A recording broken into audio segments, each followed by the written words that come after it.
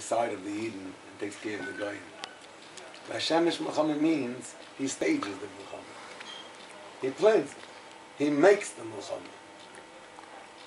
And really, in the beginning of Parshas B'Shalach, we see that Hashem told Moshe that. Hashem told Moshe, the whole Eitzah, going to the Midbar, go back, so that Paroi should think that you're lost, and you're all bewildered, and he'll come and attack. Hashem staged the Milchama. He made things, he planned it out in such a way to draw Pari and the Mitzrayim into this war. So he staged it. In order to win, in order to be called the Beitar, because to get him to Yam Suf, in order to make the whole nest of Kriyas Yam Suf and everything that came along with it. And that's what the Mefarshim also explain. Omar Oyev. It is a whole pasuk that talks all about what the enemy thought, what they said, what they planned on doing. How does that get into the Shir? Every pasuk of the Shir is talking about the greatness, the strength, the nisim, what Hashem did to the Mitzrayim, how he pushed them down, how he conquered them, and the opposite of what Hashem did nisim for us, with making it walls, see-through, food, the ground was hard, we didn't have to walk in the mud. So here where do we come? This pasuk talks about the plans, the ideas, the thoughts of the Mitzrayim. Oma Oyev, Eridoiv, Asik, Achalik Shalom, the whole pasuk. Shemaim Menavshi, Ori Chai B'Ter Shem Yadi. That's all the Goyim plan on doing. Why? And it's a separate pasuk by itself. Why is that a pasuk in the Shir? What is? So I heard this word, and recently somebody told me it's from the Sfasemes. I don't remember seeing it inside Sfasemes, but somebody told me that's Sfasemes. Because it says it by the 10 Makkos in Mitzrayim, it says it, the Pharaoh is destroying called the Zohar Kodesh. That every Makkah that the Eibishter brought upon the Mitzrayim, which pushed them down, the Gashmis and Beruchnias, it killed also the Koyach of Tumma, of the Zohar. Rashi says it, the first Makkah against the Yam, the Nilas, which was the Avodah Zarah. So the Eibishter was not only hurting them begashmias, he was also taking away the power, the tumah, he was pushing them down till the power. He said Hashem Atzadik, till he was breaking their nefesh also, the tumah. And as he was breaking the tumah of Mitzrayim, simultaneously he was building up the kedusha of Klal Yisrael. No go from Mitzrayim, v'rafel Yisrael. Like by Choshech it says befeirish that by Mitzrayim was Choshech, but the whole Bnei Yisrael haya or b'meshvoisam. There was an irid or. That's what it then in Pshat. There was an extra or, and they were able to see in the darkness. And they saw the Medrash Dashla. They were able to see through walls, through kalim. They didn't have to open up all the drawers and everything. There was a supernatural or. The Mitzrayim had a supernatural Choshech, and the Eden got a supernatural or.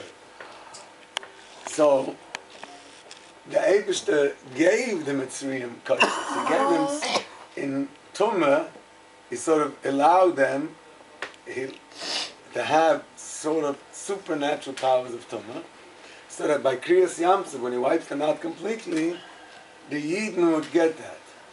Now, the Mitzrayim did something here, the Ramban, somewhere in the beginning, like before Sheni Shlishi, he writes the stupidity, the absurdness of the Mitzrayim. After suffering the 10 Makkos and seeing everything is supernatural, the Yidden have no teva. Why do you go chase them? And then you see the Yam splitting, and you still go chase them. It doesn't make sense. It does not make sense. But the Koyach HaTumah was so strong, they were drawn, and but they write that this is also sort of a nest that Hashem made that such a thing happened. So Hashem gave them supernatural koyches. They didn't look at the teva. They didn't look at. In other words, they weren't working with seichel. That's what I meant with teva. They weren't working with seichel. They weren't working like a human being works. It was super koyches that drove them above what a human being would do. And so when they drowned and they were lost, all these koyches went over to the Eden. So all the psukim, Oma Oyev, all these koyches, Oma Oyev, Erev Asik, Achalik Shalom, was saying that the Eibishter did it because he wanted to give us. When one day Eibush should drown them, now we Yid has koiches, that even that's what our life is all about. A Yid was created, the world was created for the Yid, and the Yid was created to go through the Nisyanis. Which I'm going to try to explain a little now. That the Yid was created to go through Nisyanis. It says, V'yank V'vinu, after he went through the whole,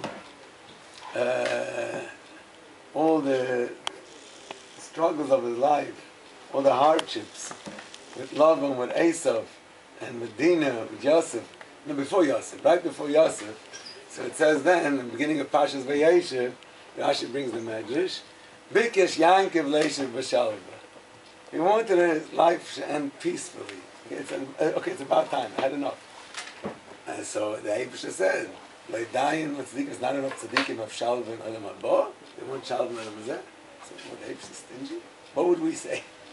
He's supposed to get Shalva in both worlds. What's the problem? What's the kash on Yaakov? He wants to have Shalva. Why not? Who then is supposed to get it? And I just want to say for one, there's a big difference between Shalom and Shalva. Shalom is when there are two counter forces. The Medrash Chazal say, Oisa Shalom b'mroimov, the Eibush makes peace b'mroimov b'shamayim. There's two counter forces. There's Michael, that's the Sar HaMayim. There's Gavriel, is the Sar HaEish. Mayim and Eish cannot exist. So the Medrash says, so therefore Michael and Gavriel can also not exist together. Because they're two opposite koiches. Just like Mayim and Eish in this world can exist together, the same thing, Michael and Gavriel cannot. But the Oisa Shalom b'Mayim means the Eibush, who is above them both, can make Shalom between them, and they carry the Kisei HaKavod together. Michael and Gavriel can both carry the Kisei HaKavod because there's a super koyach above them, and they become both bottle. They become both bottle. But we see from this Shalom does not mean there is no anything countering. Shalom is when there is a counter force, and they're both bottle, and that's what Shalom Bayis also means. Shalom Bayis doesn't mean that the husband